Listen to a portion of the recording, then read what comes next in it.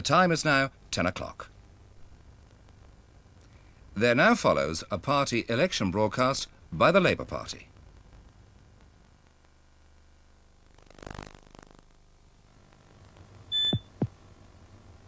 I was taken up to the labour ward because Christopher's heartbeat was dipping very badly. I think it was about 2 o'clock that morning. The doctor came in to us and announced, fairly sort of briefly really, that if Christopher was born in that particular hospital that night, he would die. We were quite stunned at this. The reason was that there was no incubator available for him. He then went on to inform us that he tried every single hospital in the London area, the Greater London area and the vicinity of London, and there was no incubator available in any hospital whatsoever in that area. And he was phoning as far up as Scotland and down to Land's End to try and find somewhere.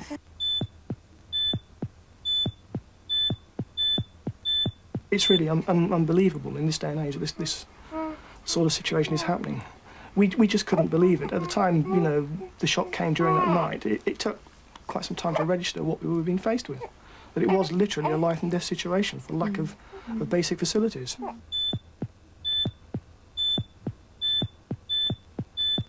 Well, it's what's called Dupuytren's contracture. It might be easier to say Thatcher contracture because this is the operation that she had done on her hand. You can see where the hardening is there. But this is how it comes out after a few years. It's very awkward when you're lifting anything heavy or, you know, perhaps in the steering wheel in the car. Well, I've been on the waiting list of the London Hospital now for 5 years. And twice they've asked me, did I want to remain on the list? Once I got the chance of a bed, and when I telephoned to confirm it, it had already gone.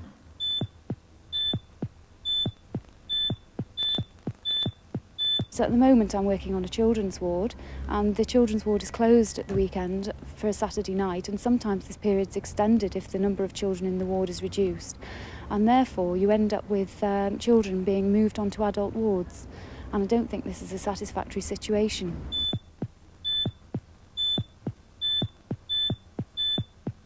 There's now less ambulances to do emergency work, there's less ambulances to do outpatients. The ambulance service itself has been drastically cut. When you're talking of minutes, a patient that's seriously ill, if it just takes a matter of 3 or 4 minutes longer to get that patient to hospital, that can make all the difference between that patient either dying or making a full recovery.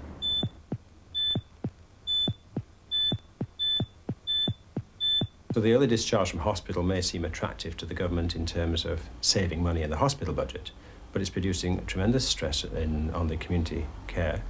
It's putting tremendous stress on health workers, but most of all, it's producing stress on the patients themselves and relatives. Most of them are having to do the caring themselves because there aren't enough health workers to help them.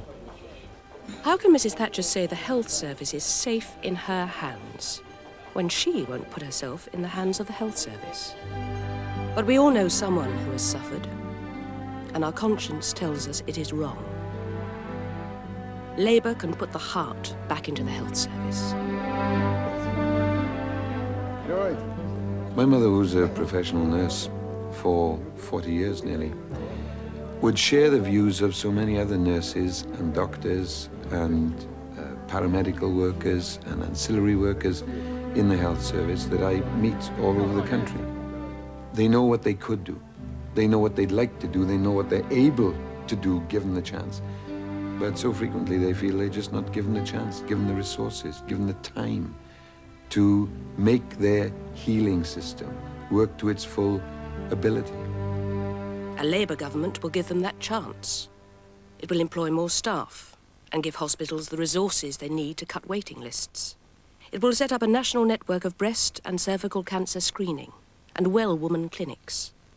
And it will provide more local health centres and reduce GPs' lists. 40 years ago, a Labour government created the National Health Service against the wishes of the Conservatives. Today, Labour can rebuild the NHS, offering care to all who need it.